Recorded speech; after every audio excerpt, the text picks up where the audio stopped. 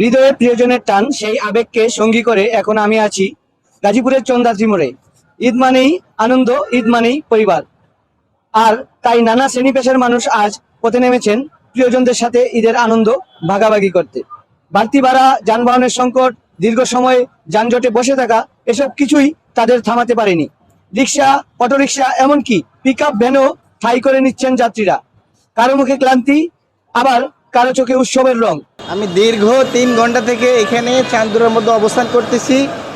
এখানে গাড়ি তো পাচ্ছি না, আর যদিও গাড়ি পাচ্ছি মানে টিকিট যে জায়গায় 500-700 টাকা 1000 টাকা হওয়ার কথা, এই জায়গায় হচ্ছে 1500 থেকে 2000 টাকা। তারপরেও আমরা গাড়ির জন্য অপেক্ষা করতেছি।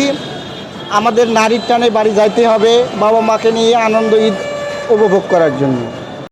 ঈদের ছুটিতে প্রিয়জনের সান্নিধ্যে ফিরতে রাজধানী ছেড়ে ছুটেছে মানুষের স্রোত, কিন্তু কাঙ্ক্ষিত গন্তব্যে পৌঁছাতে গিয়ে একরাশ হতাশা নিয়েই পথে নেমেছেন অনেক যাত্রী। সোনার হরিণ যেন হয়ে উঠেছে একটি বাসের টিকিট। রাজধানী ঢাকাসহ আশপাশের এলাকা থেকে ছুটে আসা যাত্রীদের সঙ্গে কথা বলে জানা গেছে, সবার কণ্ঠেই একটাই অভিযোগ, প্রচণ্ড চেষ্টা করেও সোনার হরিণ নামক বাসের টিকিটটি কপালে জুটেনি তাদের। আমি গতকাল রাতের 12টায় উচিত আপনার হচ্ছে হায়দ্রাবাদে উঠে ওই জ্যামের কারণে আমি আসলে চৌরাস্তার জ্যামের কারণে পড়ে যাওয়া এ পর্যন্ত আমি বসে গেছি, এখনো যাইতে পারিনি। গাড়ি পাবো কি না আল্লাহ পাখি জানে। হয়েই কেউ ট্রাক, কেউ পিক আপ, আবার কেউ অটোরিকশা ধরে ভেঙে ভেঙে পৌঁছাচ্ছেন গন্তব্যের কিছুটা কাছে। কেউ এসেছেন ঢাকা থেকে চন্দ্রা পর্যন্ত বিভিন্ন যানবাহনে চড়ে, কেউ বা টঙ্গী থেকে, আবার কেউ বা জয়দেবপুর থেকে। সকলের একটাই লক্ষ্য, কোনোভাবে বাড়ি ফেরা।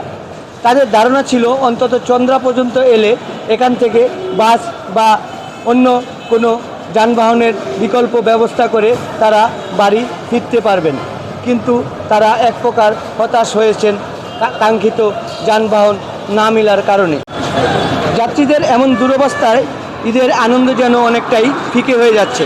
হাজারো ভোগান্তি সত্ত্বেও মানুষের এই উৎসবমুখর যাত্রা প্রমাণ করে ঈদ শুধু একটি উৎসব নয়, এটি ভালোবাসা, এটি পরিবার, এটি শিকড়ের টান।